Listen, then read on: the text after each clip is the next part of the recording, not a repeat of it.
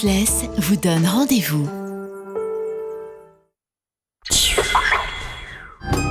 Au cœur d'une Chine en pleine révolution économique, Thalassa continue son tour du monde. Notre porte-container s'approche de Hong Kong. Vous y croiserez un homme d'affaires français qui vient troquer l'Armagnac familial contre de la porcelaine chinoise. Vous suivrez aussi les tribulations des millions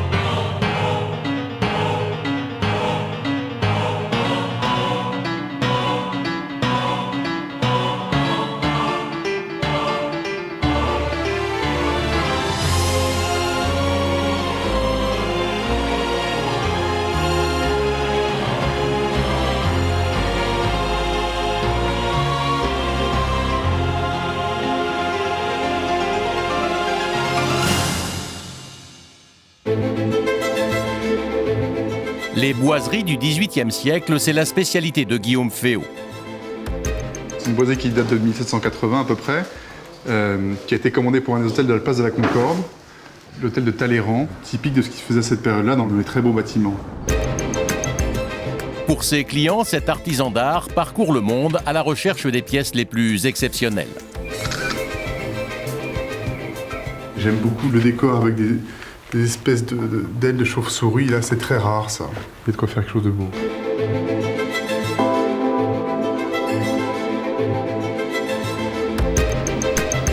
À 10 km du lac Léman, voici la dernière réalisation de l'architecte d'intérieur Jean-Philippe Nuel. On joue avec des espèces de clins d'œil que sont ces petites taches de couleur dans un jaune qui réveillent en fait le lieu. Il a signé la décoration de plus d'une centaine d'hôtels et de restaurants à travers le monde. Son nouveau défi à Nantes, transformer le palais de justice en hôtel de prestige. Une première en France. Ça, c'est incroyable. C'est un décor de film en fait.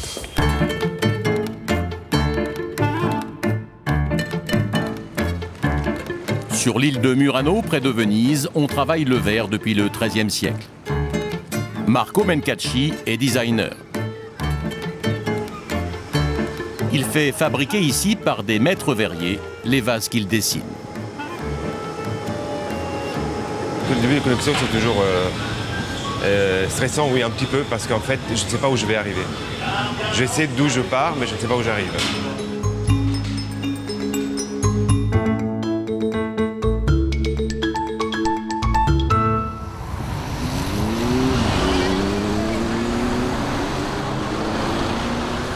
On commence par les grands là. Faut pas les frotter parce qu'ils sont vraiment fragiles. Si on va le mettre au fond, hein. Ou sur le côté à gauche quand on va rentrer, je vais vous montrer. Ce matin, Guillaume Féot est heureux. Il réceptionne un lot de panneaux d'ornement du XVIIIe siècle qu'il vient tout juste d'acheter à un particulier.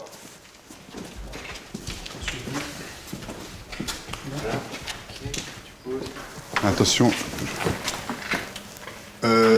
Ouais. C'est bon. Ouais, c'est bon. Ouais, c'est bon. Parfait. C'est votre dernière acquisition? Oui, ça c'est la toute dernière. Et ça fait 3 semaines que j'essaie d'acheter ce lot-là. Et j'ai enfin pu l'avoir. Et c'est très rare. Nous, on fait surtout des boiseries, mais on aime bien aussi tout ce qui est peint. Et ça, c'est un papier peint marouflé sur toile qu'on peut dater de 1700... À mon avis, c'est entre 1783 et 1790. C'est une période très intéressante des arts décoratifs français où il y avait une très belle créativité. Et c'est quelque chose de très rare, c'est quasiment unique, j'ai jamais vu ça. Bon, là, vous voyez 2 panneaux, mais en tout, il y en a plus de 17. Donc on peut vraiment faire un ensemble cohérent. On peut trouver des choses comme ça, mais par 2, par 4, parfois par 6, mais pas un ensemble complet comme celui-là. Donc ça vaut cher. Plusieurs centaines de milliers d'euros. Une verrière Eiffel, un atelier de 900 mètres carrés, une véritable caverne d'Ali Baba en plein cœur de Paris. La maison Féot existe depuis 1875. Elle possède une collection unique de décors que Guillaume installe chez les particuliers. Dans la pièce d'à côté, son bureau abrite d'autres trésors, comme cette maquette datant du XVIIIe siècle, une pièce exceptionnelle. C'est une salle de bain qui date de 1787, qui a été dessinée par Bélanger. Et c'était pour Madame Dervieux, qui était une femme très importante au XVIIIe. C'était une chanteuse d'opéra et une courtisane très importante, une femme très riche à entretenir, si vous voyez ce que je veux dire. Et donc ça, c'est sa salle de bain. Il y avait un principe de baignoire dans le sol, et les hommes avaient le droit de venir la regarder prendre son bain, bien sûr en payant un petit peu, et ils avaient l'accès au balcon au-dessus. Alors ça, c'est un style très étrusque, comme ça se faisait à l'époque, très Louis XVI. On commence déjà à voir l'Empire qui arrive. Aujourd'hui, les boiseries installées par cet artisan d'art sont toujours aussi impressionnantes. Bientôt, en Autriche, il doit refaire entièrement l'intérieur d'une maison viennoise. Alors ça, c'est le bureau de la cliente, avec des boiseries qui viennent de la rue Saint-Florentin, à Paris. Et donc, j'ai vendu à ses clients les 5 panneaux très jolis qu'on voit ici, avec des décors d'arabesques, qui sont toujours dans la même période, autour de 1780. Et on a recréé autour de ça un petit bureau pour la cliente. Pour cette maison, vous faites combien de pièces? Alors pour cette maison, on fait ça augmente tous les jours parce qu'à chaque fois que j'y vais, ils me demandent de faire 1 ou 2 pièces en plus. Pour l'instant, on est autour de 9 pièces. La maison de Vienne, la voici. Une maison construite en 1910 par Joseph Hoffmann, l'un des précurseurs de l'architecture moderne. À l'intérieur, 2 pièces classées pour leur boiserie du début du siècle et leurs murs ornés de stuc. Cette maison est un des fleurons de l'Art nouveau. Au premier étage, tout est à refaire. Le propriétaire a demandé à ce spécialiste des boiseries anciennes de redécorer en panneaux du XVIIIe siècle. Ça, c'est la corniche de la chambre, ça. De la chambre, ouais, donc. Là, certains des panneaux qui vont être installés à Vienne sont d'époque. D'autres sont des copies en résine moulées à partir de pièces anciennes. C'est ici, dans cet atelier, à 1 heure de Paris, qu'ils sont fabriqués. Là, j'ai fait un petit rajout de résine ce matin. Ça poisse un petit peu, mais tu vois, là, à l'œil, on voit bien que c'est pratiquement tendu, sans être trop tendu. Ce matin, Guillaume Féot est avec Pascal Picot. Pascal est mouleur d'art. C'est lui qui réalise les décors de Vienne. Ensemble, ils vérifient les pièces qui seront posées dans 3 mois. Quand on fait des gros chantiers, très souvent, c'est des maisons où on fait plus de 10 pièces en boiserie. Les clients ont le budget pour acheter 1 ou 2 pièces. Et le reste, il faut faire des compléments. Et c'est pour ça que souvent, on fait de la résine. Pour créer ces copies, Pascal Picot, le mouleur d'art, commence par prendre l'empreinte des boiseries anciennes. Le motif est en bois, il est bien contrôlé, il est prêt à recevoir la matière de caoutchouc que je vais étaler partout, très précisément, qui va me donner l'empreinte du motif et le moule qui va me servir à faire sa copie, quoi. Et qui va vraiment dans tous les interstices, dans tous les détails du bois. Au total, il faut 8 couches de caoutchouc pour obtenir le fameux moule. Et là, on va découvrir vraiment l'épaisseur complète avec plusieurs couches d'un caoutchouc qui a été appliqué par plusieurs couches sur un modèle. Et on voit bien, regardez, que si tout est bien préparé, là aussi, ça peut être la surprise. Il y a un peu de casse aussi. Il peut y avoir, ouais, mais en général, on fait gaffe. Un peu de dorure, malgré la protection qu'on a pu mettre, il peut rester de temps en temps des petits couacs, quoi. Et là, on voit bien la rigidité et en même temps la souplesse du matériau pour aller sortir toutes les contours des pouilles qu'il y a dans le modèle. Alors ça, c'est un des chapiteaux qui va dans la chambre à coucher, voilà, du client de Vienne. Voilà. Et là, ça reproduit tous les détails. On voit l'espèce de petit piqué qui est au fond de la dorure là, que les Italiens ont fait au XVIIIe siècle. C'est reproduit vraiment à la perfection. Quand on va faire le tirage, on va tout retrouver à l'identique de l'original. Et donc moi, j'utilise ces produits de base pour les appliquer à la décoration. Et vous voyez, avec un tout petit pinceau, et comme le produit... La copie peut alors commencer. C'est au pinceau que Pascal étale la résine afin de reproduire les détails du modèle original. Aller partout dans le moule, dans tous les petits défauts du moule, dans tous les petits recoins. Une fois la résine sèche, voici le résultat. Vous voyez, des fois, et puis on déroule. Là, on a même le Le cheval est magnifique, il est parfait. Et le motif il y a même du fond du bois. Il y a même l'éclatement du panneau original. Voilà.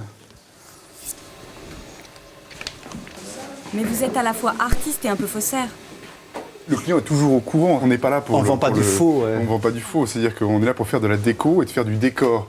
Quand on fait du décor, parfois, c'est sûr qu'on pourrait sculpter ces éléments-là en chaîne, comme on le faisait au 18e. Mais d'abord, il faudrait beaucoup de temps, et puis il faudrait beaucoup d'argent, et là, on peut avoir quelque chose de très bien, assez rapidement, et avec une qualité vraiment extraordinaire qui se rapproche de l'original. On est vraiment, on ne voit pas la différence. C'est de la décoration, il ne faut pas l'oublier. Voilà. Je ne vais jamais vendre une boisée en résine en disant que c'est une antiquité, c'est pas possible, je serais un voleur. C'est pas crédible. On est là pour faire du décor. En tout, Pascal, le mouleur d'art, va réaliser 8 panneaux en résine pour la maison de Vienne. Les boiseries doivent être terminées dans un mois.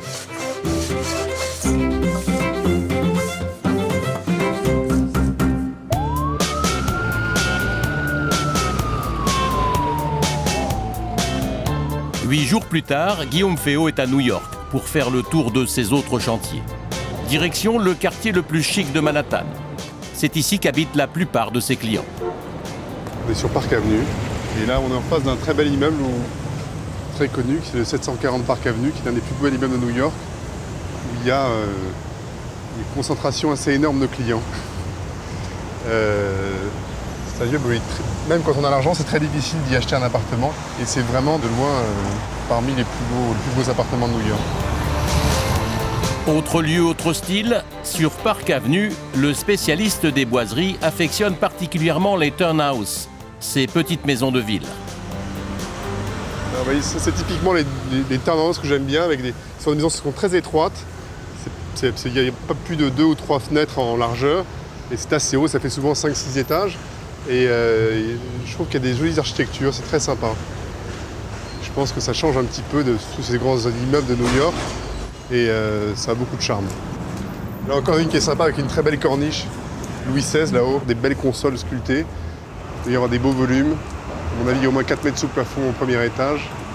Ça a beaucoup de gueule, elle est très sympa comme maison. Mais la raison de sa visite aujourd'hui, c'est cet appartement situé dans un immeuble typiquement new-yorkais. Ah, bonjour, monsieur Féault. Ça va, Brian? Guillaume le découvre pour la première fois. Il a rendez-vous avec Brian, c'est lui qui a supervisé l'installation des reproductions de boiseries d'époque fabriquées en France. C'est bien, hein? Ouais, c'est très très bien. Très très réussi. Bon, on va commencer par la salle à manger. Oui.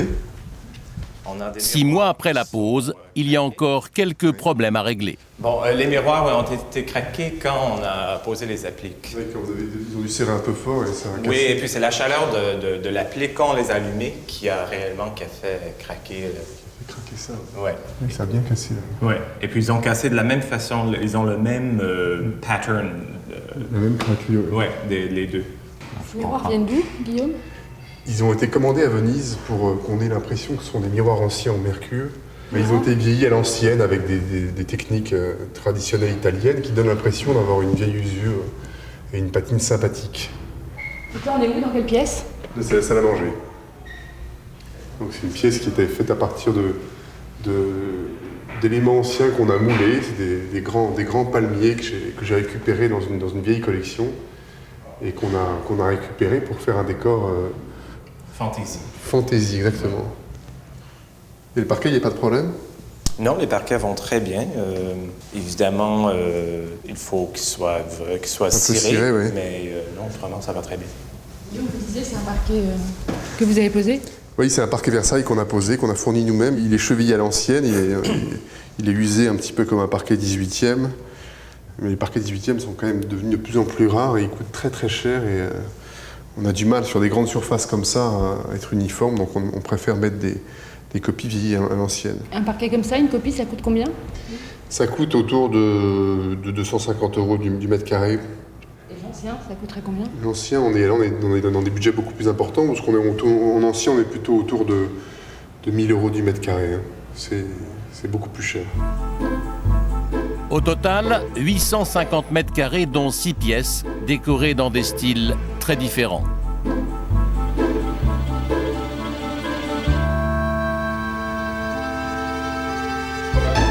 n'a pas de problème dans le salon, heureusement. Ouais, c'est bien. Tout semble s'être bien passé. On a peut-être des petites retouches. Les boiseries ont un peu décalé entre... Au niveau de la corniche, là, oui, là-haut. on a une petite craque que le peintre va refaire. Là, il y a un petit crack là sur la porte, là. Oui. Il faut qu'on reprenne ça en peinture, là. Oui, Oui. mais j'imagine qu'il est plus ou moins normal pour Oui, la non, boiserie. il faut que la boiserie se stabilise un petit peu. Il faut lui laisser 5-6 mois pour que les bois Ouais. prennent bien leur Ouais. stabilité. Là, vous avez posé quel type de boiserie, Guillaume, dans cette pièce? C'est des boiseries de style Régence. Et j'avoue que ça fonctionne assez bien. Il y a des points qui sont assez colorés. J'aime beaucoup ce canapé là qui est un magnifique canapé Louis XV avec un magnifique velours de soie rouge orangé. Les coussins sont très 70s, mais tout ça c'est surprenant parce qu'il faut oser mélanger ces choses-là et ça fonctionne parfaitement. Ça c'est génial, d'avoir osé recouvrir avec une espèce de fourrure cette chaise Louis XV. Guillaume est séduit, mais dans l'autre pièce, une surprise l'attend. Ces boiseries ont été repeintes. Ah, c'est fort comme ton ici. C'est très fort. C'est choquant. Oui, c'est très fort. Oui. Ouais. Elle m'avait parlé de ces couleurs. Là, Mais vous savez, je pense que la première fois qu'on a rencontré notre cliente, elle nous a dit qu'elle voulait avoir des couleurs courage pour une pièce. Oui, il faut oser parce que c'est pas évident du tout, mais il y a aussi un côté 70. Il y a eu des décors dans les 70 qui étaient comme ça. Oui. Guillaume, vous en pensez quoi de ces couleurs? Je sais pas si j'aurais fait ça chez moi, mais il faut oser. Quelque part, le client est roi, et si la cliente exige cette couleur-là, on est un peu obligé d'aller dans son sens. Et quelque part, si c'est ce qu'elle aime, pourquoi pas, hein? 2 heures plus tard, Guillaume enchaîne sur un autre chantier à Brooklyn, en plein quartier juif orthodoxe. Un hôtel particulier, en pierre de taille, de style Louis XVI. À l'intérieur, les travaux ne sont pas terminés. Guillaume rejoint l'équipe de menuisiers venus de France pour poser la bibliothèque dans le futur bureau du propriétaire. Bon, ça va? Il n'y a pas d'embrouille?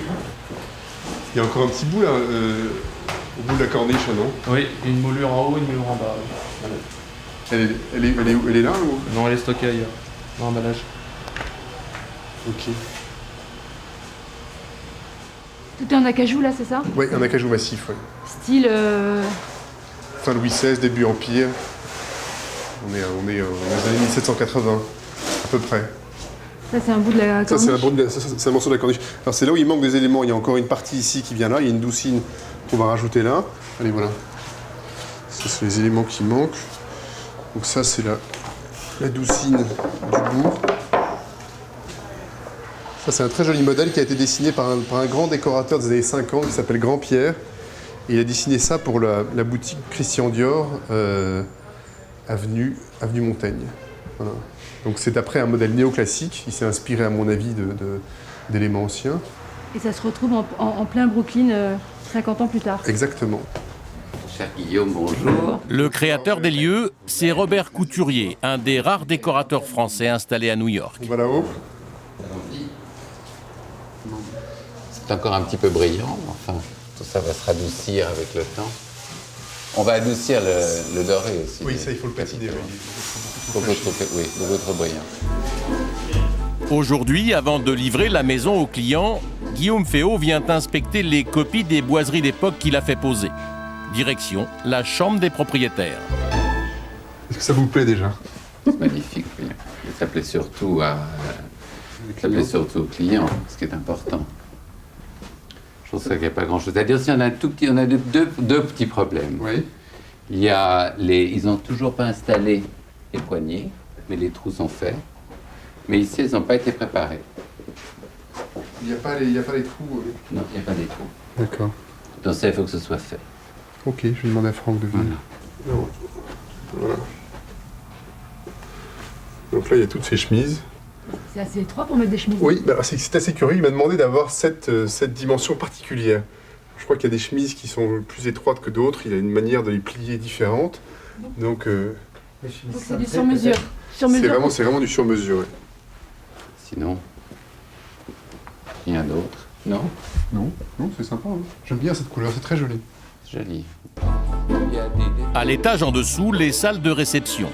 Robert Couturier donne ses dernières directives. Je pense que ce sera plus joli une fois qu'on y sera. Et donc, j'aimerais avoir les entêtes de clés dorées avec le corps en métal noir. Et puis, qu'est-ce qu'on avait dit qu'on voulait rajouter comme dorure autour des miroirs? Ici, on pourrait rajouter, c'est-à-dire que soit on dore le plat ici, on fait le carré autour. C'est trop. Et on dort ici, mais ça va faire beaucoup. Mais si on dort le plat là, ça va faire bizarre. Non, ça va pas aller. On mettra pas de dorure ici. Je pense que ça suffit. D'accord. Ça, c'est un bon exemple de ce que vous réalisez en général. Hein, oui. Ça, ce type de choses, Louis XVI, néoclassique, c'est quelque chose qu'on réalise assez fréquemment et ça marche très bien. Cette moulure, je trouve qu'elle est très riche. Il y a ses détails avec ses perlés, avec ses asperges, avec cette douce ligne sculptée. Tout ça, ça a une bonne gueule. Une boiserie, c'est plein de petits détails, des dizaines de détails qui font qu'au bout du compte, le travail est un peu unique.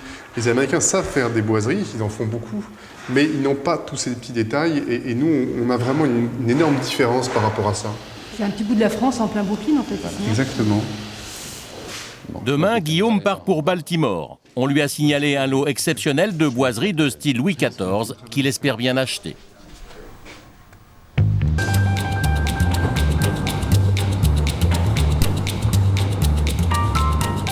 Au même moment, Guillaume Féault arrive à Baltimore.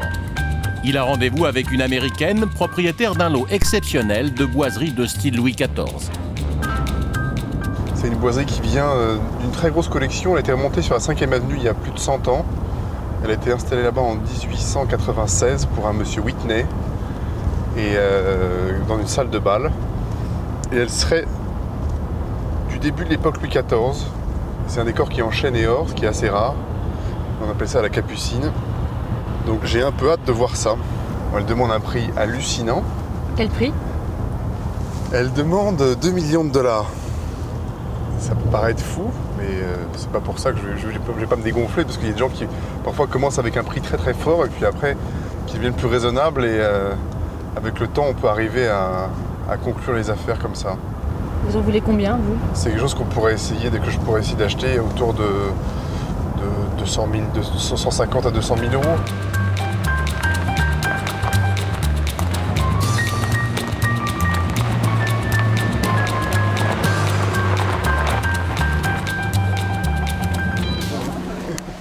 Comment ça va? Monsieur Féault, vous avez fait un long voyage?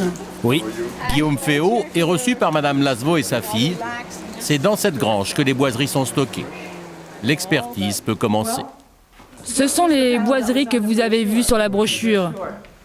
Vous m'avez dit que vous ne pensiez pas que la plupart des pièces viennent du château, mais pourtant il y a des marques comme cheminée. Je ne sais pas, ce sont des termes français. Il y a 2 marques. Cette boiserie, pour moi, elle n'est pas 18e, elle est plutôt 19e siècle. C'est un panneau typique. Je pense qu'il y en a 20 comme celui-ci, dans ce style, avec des tailles différentes. Ça, là-bas, c'est une autre boiserie, avec le même motif que celle-là. Elle semble un peu plus ancienne.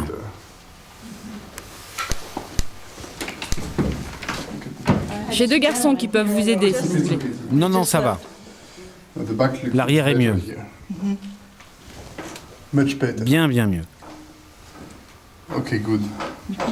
Il y a 3 boiseries dans cette taille. C'est vraiment très beau. Il y a peut-être des détails qui manquent. Ok. Oups. Premières impressions du spécialiste après une demi-heure d'observation. C'est marrant, c'est un panneau de porte qui a été réagrandi et élargi. Et la partie ancienne va de là à là et de là à là. Et tout ça, ça a été refait après, au 19e. J'étais un peu déçu par le dos de celle-là, qui à mon avis n'est pas Louis XIV. Par contre, ça c'est mieux. Et j'aime beaucoup le décor avec des espèces d'ailes de chauve-souris, là c'est très rare ça. Maintenant, il faut voir le reste. Hein. Enfin, c'est quand même un bon début. L'inspection se poursuit à l'étage. La propriétaire y a entreposé les plus belles pièces.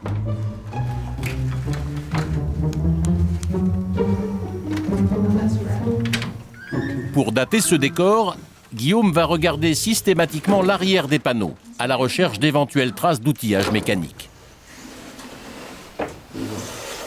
Donc là, a priori, les 2 ou 3 premières sont 18e ou fin 17e, et le reste est plutôt 19e.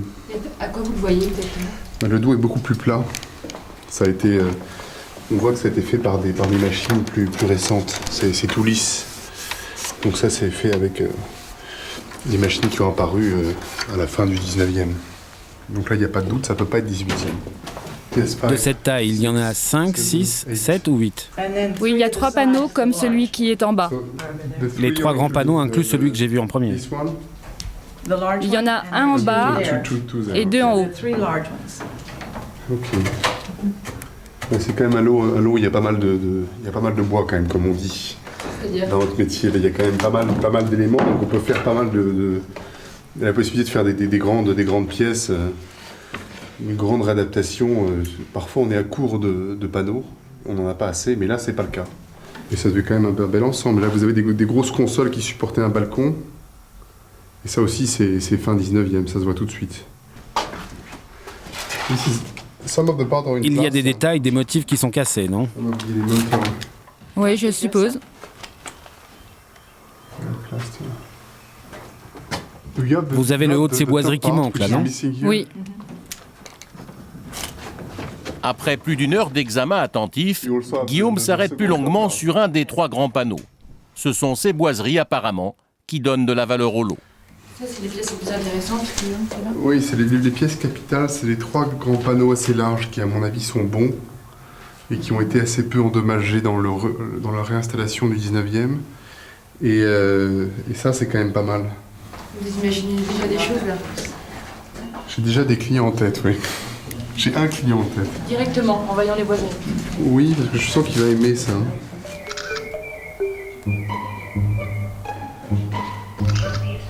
Je vais vous rappeler la semaine prochaine. Je vais voir, j'ai besoin de réfléchir, de dormir dessus. Vous avez besoin de dormir? Ok. Vous allez réfléchir un peu, Guillaume? Oui, on va réfléchir un peu. Je peux pas parler comme ça tout de suite en 5 minutes. C'est quand même quelque chose qui est assez important. Il faut réfléchir. J'ai besoin de dormir dessus, de voir les photos, de réfléchir un peu à tout ça. Enfin, c'est un bel ensemble. Faut pas le dire devant la cliente. C'est pas mal. Il y a de quoi faire quelque chose de beau. Au revoir, j'étais content de vous rencontrer. Peut-être un jour à Paris. Allez, au revoir. Bye bye. Fin de la visite. La négociation aura lieu plus tard, car Guillaume Féot est appelé d'urgence à Paris. Il doit rentrer régler un problème concernant le chantier de Vienne, en Autriche. Le lendemain, à la 1re heure, il a rendez-vous avec Annie Midaven, la responsable de cet atelier de dorure.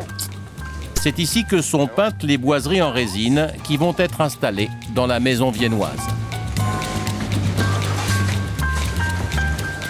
Un premier échantillon du décor a été proposé à la cliente, mais elle l'a refusé et renvoyé à Paris. Il y a un petit bout de colle, un petit point de colle ou pas? Ça, c'est la version refusée par la cliente. Trop japonisant, trop 19e. Mais on ne l'a pas acheté.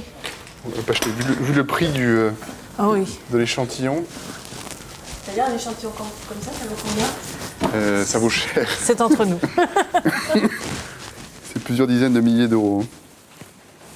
Donc là, en fait, on a complètement inversé les tons. C'est-à-dire que la cliente a voulu un rouge sur les parties, sur les champs, et une laque noire sur le fond.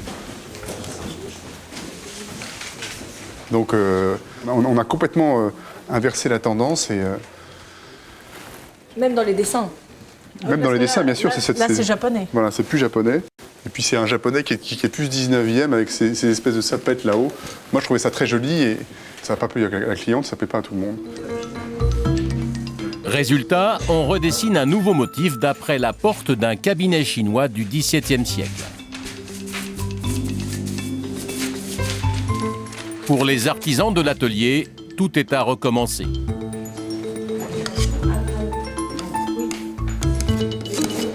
Tout son raccord de maison.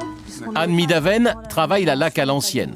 Son grand-père et son père étaient laqueurs. Elle a reçu tous leurs secrets de fabrication en héritage.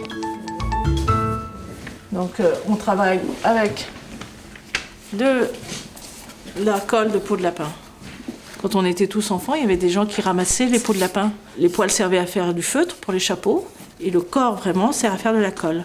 Donc nous, les laqueurs et les doreurs, on utilise la colle de peau de lapin. Les ébénistes vont utiliser de la colle d'os et les marketeurs vont utiliser de la colle de poisson.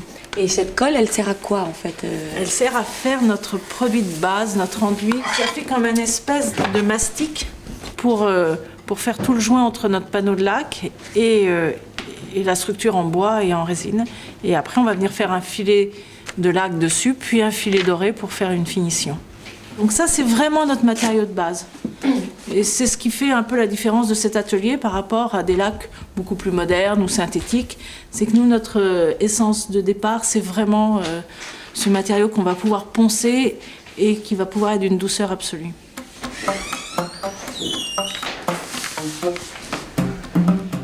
Garance, elle, a 26 ans. Elle a été formée à l'école Olivier de Serres et travaille dans cet atelier depuis maintenant 2 ans. C'est ici qu'elle a appris son métier de doreuse. Le travail se fait évidemment à la feuille d'or. Et on ne respire plus.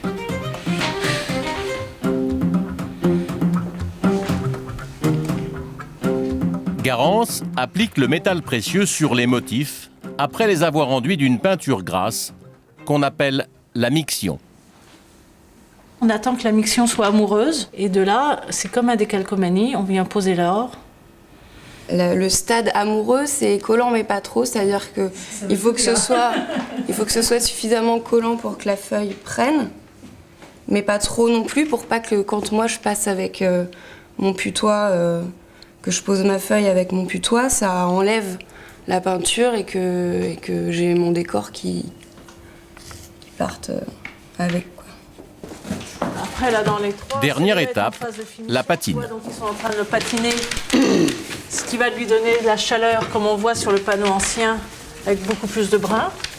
Donc on va partir d'un noir qui est assez brut à un brun qui va chauffer. C'est marrant parce que ceux que j'ai reçus au bureau, déjà, on a l'impression qu'ils sont beaucoup plus bruns que ceux-là, alors que ceux-là sont noirs. Mais tu vois, c'est la patine, là.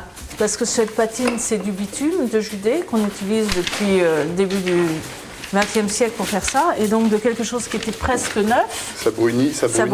Tu vois, regarde comment ça brunit là-dessus. Mais l'échantillon que la cliente a vu était brun comme ça ou il était noir? J'ai l'impression qu'il était noir, moi. Non, je pense que il est patiné comme ça. Et tu vois, regarde la différence des ors, mieux que dans le geste. On voit en dessous que ça commence à craqueler. C'est très important, la craquelure.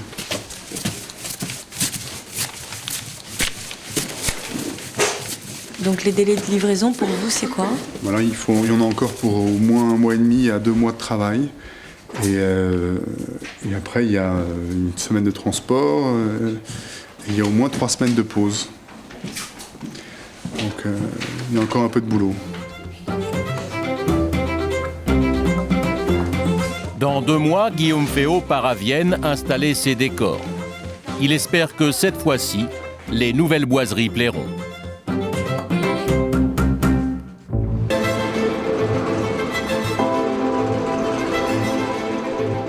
Guillaume Féot, le spécialiste des boiseries anciennes, est à Vienne pour installer les décors qu'il a créés à Paris.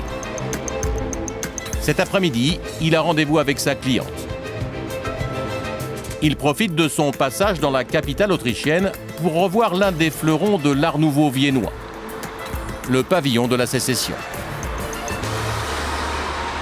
Voilà, en dessous, on a le plus beau bâtiment sécessionniste de Vienne, qui a été construit par Joseph Olbrich à la fin du 19e. Et c'est vraiment un magnifique bâtiment, une créativité pour l'époque extraordinaire, avec une influence grecque très intéressante. Vous avez une richesse absolument extraordinaire avec tous les serpents qui sortent de la corniche là-haut. Il y a une structure d'architecture qui est complètement moderne, qui est très très innovante pour cette période-là, avec des détails jamais vus, des structures, une modernité qui est vraiment très avant-gardiste. Joseph Hoffmann est un chef de file de ce mouvement, un précurseur de l'architecture moderne. En 1910, il a conçu cette maison, la Villa Primavesi. Des maisons Hoffmann, il en existe à peine une dizaine en Europe. Une maison qui est célèbre à Vienne? Très célèbre. Le président autrichien voulait l'acheter pour faire une résidence présidentielle. Et mon client était plus rapide. Une maison de 2500 mètres carrés que les propriétaires rénovent de fond en comble. Guillaume Féot vient vérifier la pose de ces boiseries. Il est reçu par Léona, la propriétaire des lieux. Bonjour, comment allez-vous? Très bien, merci. Comment était votre vol? Merci, je suis content de vous voir. À l'intérieur, des pièces classées, comme ce hall d'entrée de plus de 150 mètres carrés, tout en boiserie, ou encore ces ornements en stuc, dessinés par Hoffmann au début du siècle dernier. C'est classé, on peut rien faire ici. On ne peut pas toucher, on touche même pas aux poignées de porte, tout est répertorié, inventorié. On peut rigoureusement rien faire. Ce genre de pièces sont un peu des monuments. Il faut les garder telles qu'elles ont été créées par le décorateur à l'époque. Comme une pièce de musée, quoi. Exactement. Une pièce de musée, un musée privé. De travailler dans une maison Hoffmann, Guillaume, ça met la pression? C'est à la fois impressionnant, intéressant, un peu contraignant, mais très intéressant. C'est vrai que normalement, on devrait faire que du Hoffmann ici. Ce serait plus logique. Il faudrait qu'on reste dans la lignée de Hoffmann. Mais le client ne voulait pas refaire un pastiche de Hoffmann. Le reste de la maison n'est pas classé. 2000 mètres carrés que les propriétaires ont choisi de redécorer dans des styles très différents, allant de l'art déco au XVIIIe siècle. Comme ce boudoir privé de Léona. Alors, qu'est-ce que vous en pensez? C'est bien, non? Ouais, c'est magnifique. C'est beau, c'est magnifique. C'est superbe.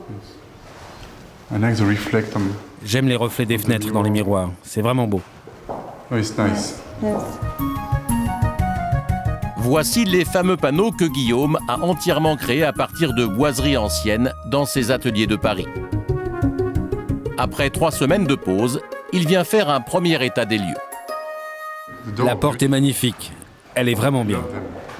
Oui, elle est vraiment bien. Mais là, regardez, on a des petits problèmes de peinture. Oui, mais ce n'est pas fini. C'est juste la première couche de peinture, donc ne vous inquiétez pas. La première couche? La couleur là va changer. Oui, là, vous devez faire un raccord. Et là, où va être la serrure de la porte? Là. Là, comme ça? Exactement dans cet alignement-là. Ok, c'est bien. Ça va être joli en or et en noir avec un oiseau. Vraiment, vraiment joli, comme sur le motif en haut de cette boiserie. Ah oui. Il y a encore un peu de travail de retouche à faire. Il y a des petits défauts. Il faut, au niveau du joint entre ici, là, il faut qu'on retravaille tout ça. Là. La dorée n'est pas assez patinée, elle est trop vive. Là, il faut qu'on travaille là-dessus. Le rouge est vraiment... il y a beaucoup de problèmes sur le rouge. Oui, il y a plein de petits détails très sympas comme celui-là. Il ne faut pas oublier non plus que c'est un dressing. Comme ça, Léona va pouvoir regarder un petit peu ses essayages plus facilement. Vous êtes content du résultat? Très content, c'est la première fois que je fais une pièce rouge et or. J'ai déjà eu des boiseries anciennes rouge et or qui étaient extraordinaires. Et c'est ce qui m'a donné envie de recréer celle-là. Ce placard, il s'ouvre, non? Non, pas celui-là. Les autres, oui, mais... Oui, il s'ouvre, je ne savais pas. Oui, il s'ouvre. Ça va être le dressing qu'on va aménager pour mettre tous vos sacs.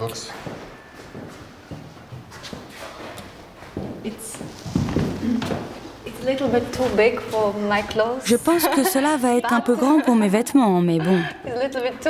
Un peu trop haut, il va falloir que je monte sur un escabeau pour aller chercher mes tenues en fonction des saisons. Et vous avez beaucoup de vêtements? Eh oui, malheureusement.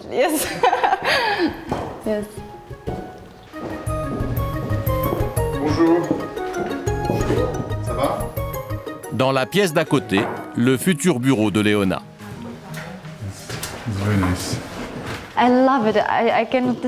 Je l'adore. Je n'arrive même pas à décrire ce que je ressens. C'est ma pièce préférée. C'est magnifique. Ça a tellement de charme.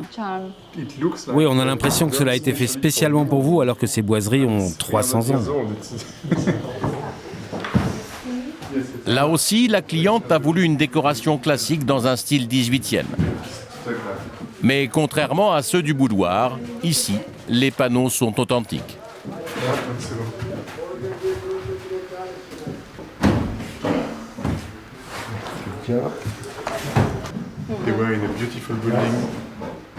C'est une boiserie qui date de 1780 à peu près, qui a été commandée pour un des hôtels de la place de la Concorde, l'hôtel qui est l'hôtel de Talleyrand. Il y a beaucoup de détails intéressants. D'abord, il y a les rayures de dorure qui sont assez rares sur ce genre de panneaux.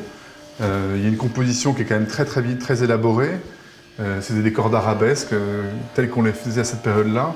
Pour moi, c'est une des plus belles périodes des arts décoratifs français. C'est vraiment des panneaux magnifiques avec des très belles couleurs très vives. Le rouge là est vraiment beau. On sent un peu l'influence un peu de Fragonard, de Rousseau, enfin tout ça. C'est quand même très bien composé. Il faut les faire rêver et après il faut qu'ils rentrent dans leurs rêves. Qu'ils soient heureux de vivre dans ces boiseries pendant 50 ans, ou 40 ans, ou 20 ans, ou parfois 10 ans. Et apparemment, pour la propriétaire, le rêve fonctionne. C'est peut-être totalement démodé, mais moi j'adore. C'est vraiment magnifique. Avec des beaux rideaux, avec des très belles broderies, ça va être magnifique. La fin des travaux est prévue dans 6 mois.